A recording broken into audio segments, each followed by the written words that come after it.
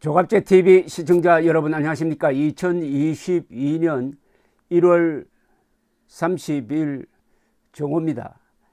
문재인 대통령은 오늘 오전 청와대에서 긴급 국가안전보장회의 NSC 전체 회의를 소집을 하고, 오늘 아침에 북한이 탄도미사일 발사를 한 것은 UN 안전보장이사회의 결의에 위반되는 도발 행위라고 아주 엄중 경고했습니다.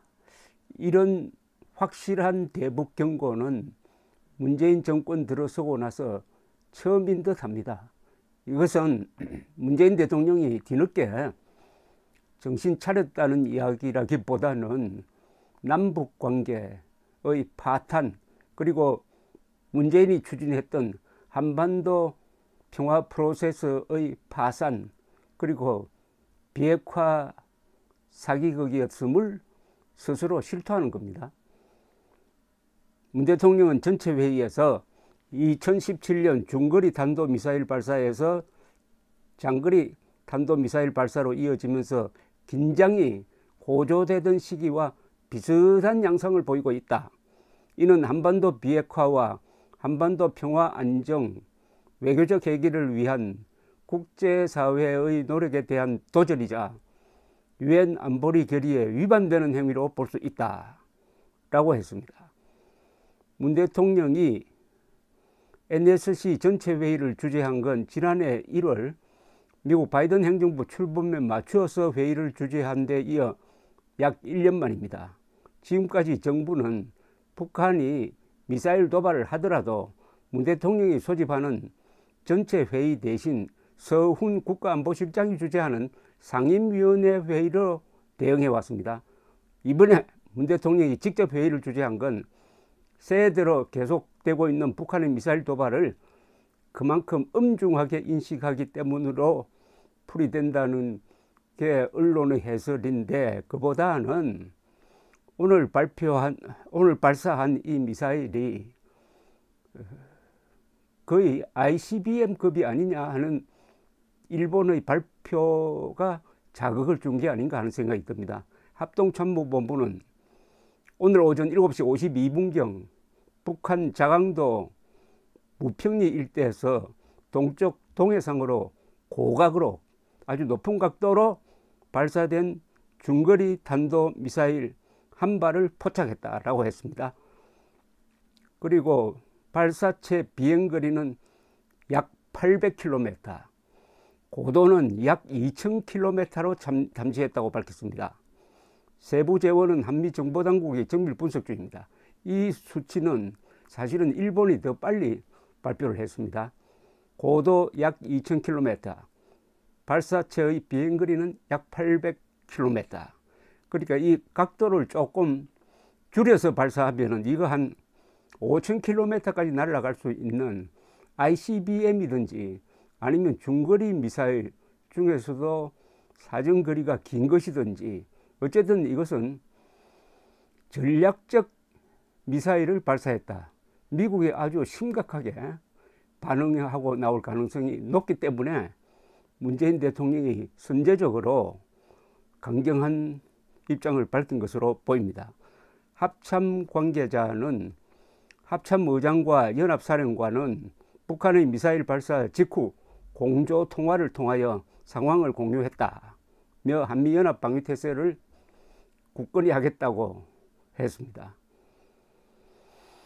이 북한이 미사일을 발사한 것으로 탐지된 자강도 일대는 지난 5일과 11일에 극초음속 미사일이라고 주장하는 탄도미사일을 잇따라 시험 발사한 장소이기도 합니다.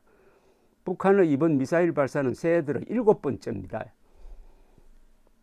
한 달 사이에 7개나 쏘았다는 겁니다. 무슨 의도일까요?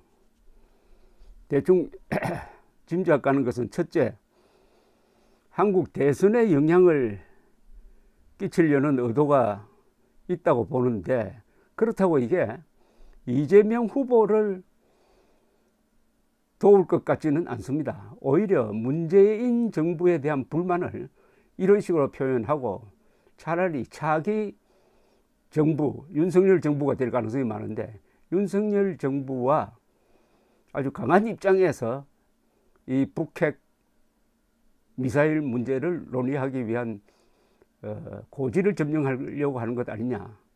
그리고 바이든 행정부에 대해서 이제는 더 기대할 것 없다. 바이든 행정부가 이제는 북한 문제를 좀 낮게 취급합니다. 그보다 더 큰 우크라이나 사태, 대중연합전선 구축이 있으므로 북한이 잊혀지고 있습니다. 독재자는, 선전을 좋아하는 김정은 같은 자는 잊혀지는 것을 견딜 수 없어 하는 일종의 이거 관종입니다. 더구나 트럼프를 농락해가지고 세계 언론의 집중 조명을 한번 받은 적이 있으므로 그 짜릿한 쾌감을 아마 잊지 못하고 계속 이렇게 소면은 그래도 외국 언론에서 써주니까 이런 짓 하는 것 아니냐 하는 생각이 듭니다.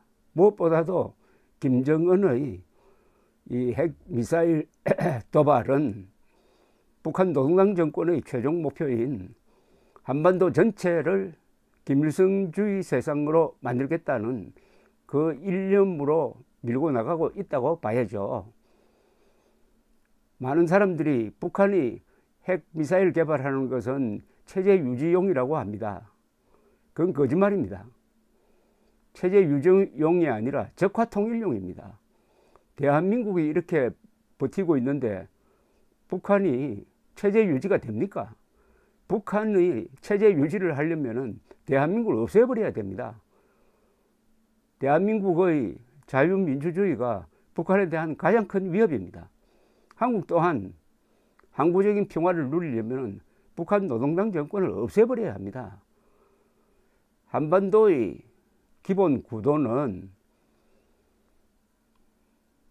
민족사의 정통성과 삶의 양식을 놓고 다투는 타협이 절대로 불가능한 총체적 권력 투쟁인데, 역대 좌파 정권, 특히 문재인 정권, 그리고 이재명 세력, 이들은 대한민국 편이 아니라 김정은 편에 서가지고 한미동맹을 약화 내지 해체하려고 음모를 꾸미다가 요사이 국민들의 저항에 부딪히고 있는 그런 모양새입니다.